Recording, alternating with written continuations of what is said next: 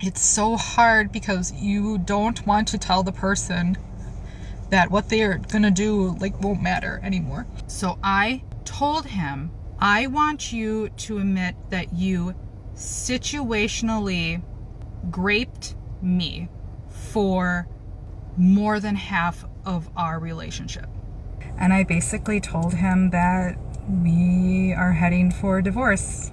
And he looked right past me and started watching the soccer game. Welcome back, family. Today's episode is going to be a little special because we are going to see firsthand the impact the modern feminism propaganda has on modern women and marriages. We will first start by watching this woman literally asks her husband for a divorce in the middle of an argument like it was nothing. And then she gets shocked by her husband's response. Last night, my husband and I got into a little bit of a disagreement. I got up from the sofa, I walked into the kitchen, he stopped me. I'm facing this way into the kitchen, he's facing that way into the living room, and I basically told him that we are heading for divorce. And he looked right past me and started watching the soccer game. So I don't know if that was just denial or if he didn't care, but pretty sure if my partner of 16 years just told me that we're headed for divorce, they would have all my attention. But day one, post telling my husband I want a divorce.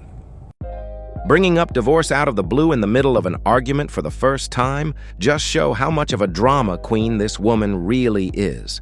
And for some reasons, she expected her husband to make a big deal out of it. But we could just all see that her husband is literally tired of her bullshit and he just wants some peace. Now, we are going to move on into the more serious subject of the day.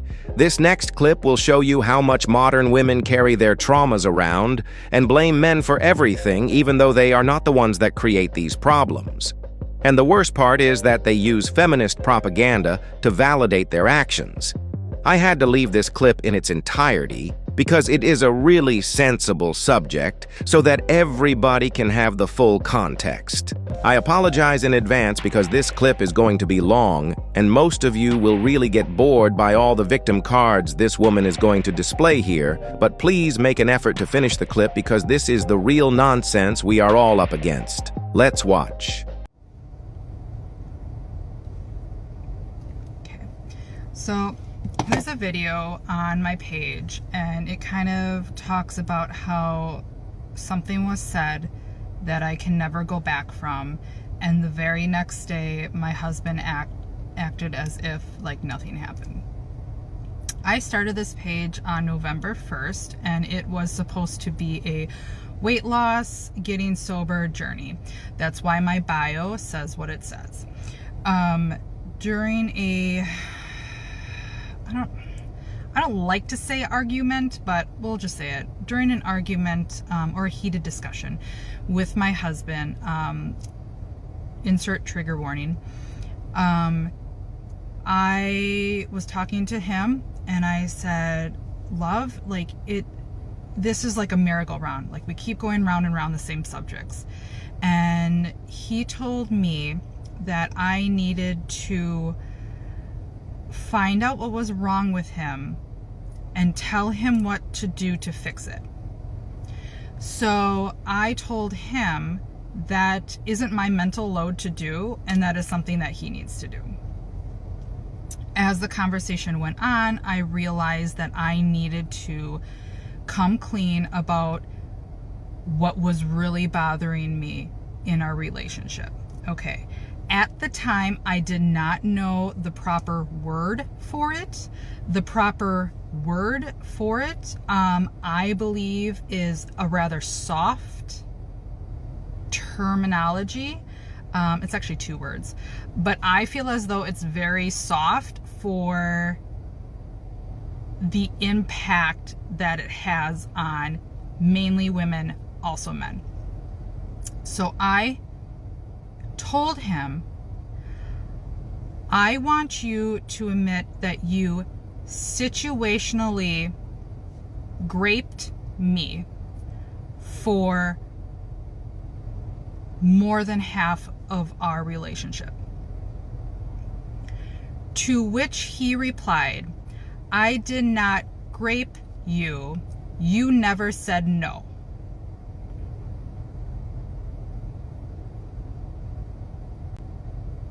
When that happened, it was like clarity, boom.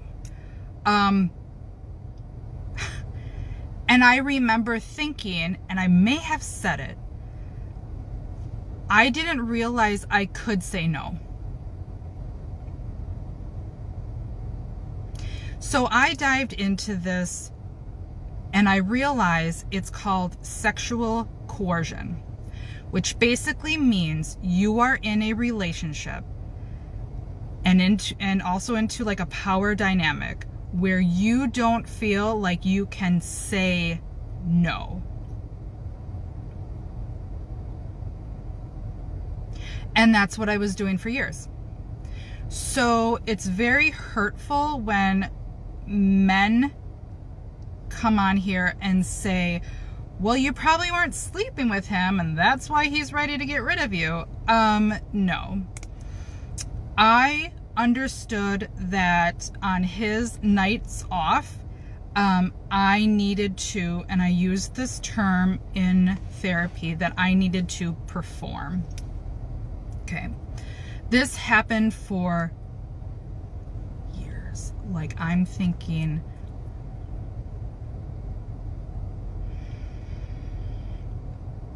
I would say 8 years total. The way that I coped with this situation is that I began drinking. At first, towards the beginning, just a glass of wine would loosen me up enough to get in the mood. The glass turned to 2 glasses, 2 glasses turned to 3. We all know what happens after glass 4. That's a whole bottle. I started consuming alcohol even when he wasn't there. I believe it was a way to cope with the unhealed trauma in my life. And I became probably, if you want to really label it, a high-functioning alcoholic. My body came to a point where the alcohol and gummies weren't numbing the feelings anymore. Like, I was able to go through the actions, but then my body would just retaliate. Like, I would like just bawl my eyes out in the bathroom afterwards. Just not wanting this to be my relationship with my husband, I bought a book for him to read about certain techniques that he could try, and it improved our relationship in that aspect to a certain degree. But I think that underlining trauma was just too deep. And it's just something that I cannot go back from. And his reaction to it was also it just seemed very, maybe defensive, but it should have spurred more of a conversation than it did. So I absolutely love the pouring out of support and the good faith wishes for a happy ending for us to come together.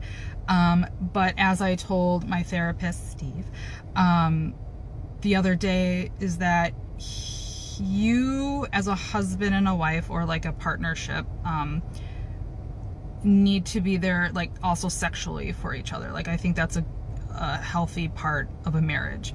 And to ask someone to stay in a marriage with someone who does not want to perform that act with them would be extremely selfish. I should not take I should not take away my husband's happy ending by staying and not being able to fulfill that part of a marriage. I think that would be extremely selfish for me to do that, and it also ruins his happy ending and him finding someone, as well as me finding someone that fits that thing. So that being said, that was one of the main catalysts of me finding clarity and finding my journey through this. You know, people have written me and they're like, I just don't know what to do. I don't know what the right choice is. And I said, wait for that clarity, because when that clarity comes, it's like a switch, just and your path will open up before you. So if you think you were a victim or are a victim of sexual coercion, stand up for your right to say no.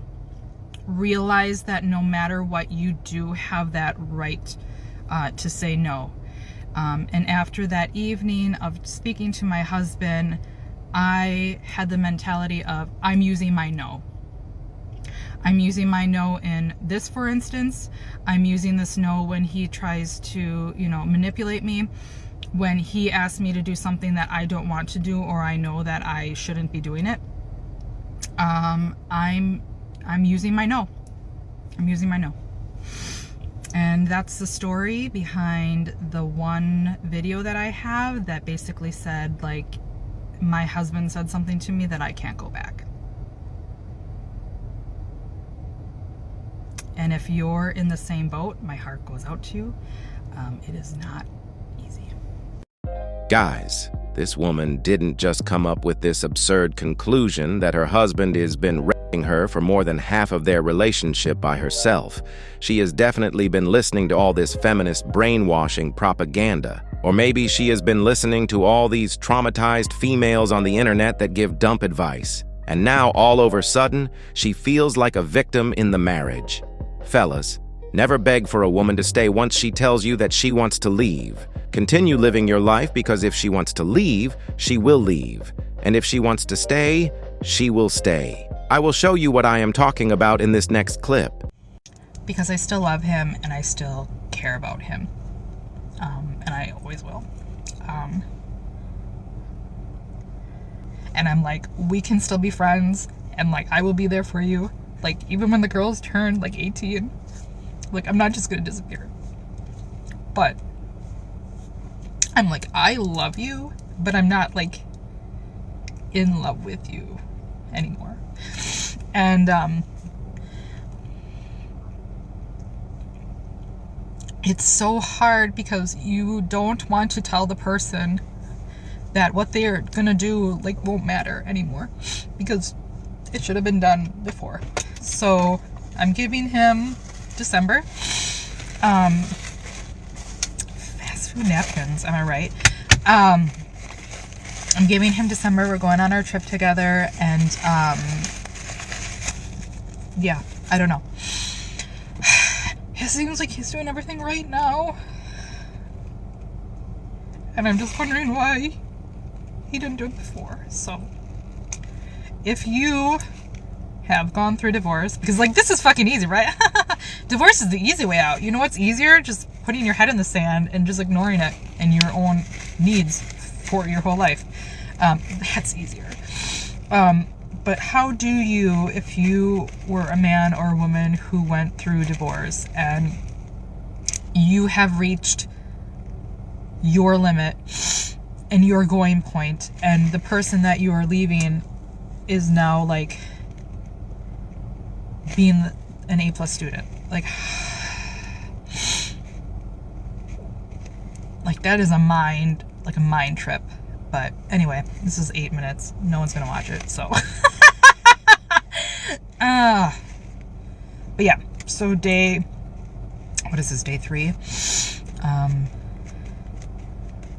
And yeah, and we leave on our trip Friday the 13th. So we'll see how that goes. But yeah, I mean, now he's doing everything right, and he's being fun and playful and letting me be me, and I just don't know how long that's going to last, because he hasn't done any inner work. And I was like, what self-help books have you read? What are you doing to, I'm like, this, you can only change your personality for someone for so long. And that's where I am right now. I devoted my whole life to him, and I dimmed myself to be with him, and I've molded myself to be part of his life, and I can't spend the next 40 years like that. So let me know if you've been through it and how that was emotionally for you. I gotta go because it's almost 10. Guys, believe me when I tell you that if a woman is decided to leave you, she will find reasons to leave you no matter what. So stay on your square and keep doing what you do best. And if she decides to leave you for no valid reasons, you have to cut all ties with her. Don't be her friend. She should literally be dead to you. That is how you protect yourself at all times against these types of women. And above all, don't forget to keep your head up, focus on your goals, and everything else will follow. I love you, and I appreciate you for all your support. Please feel free to like, subscribe, comment, and share to help push this content to more men in need. I'm out. Peace.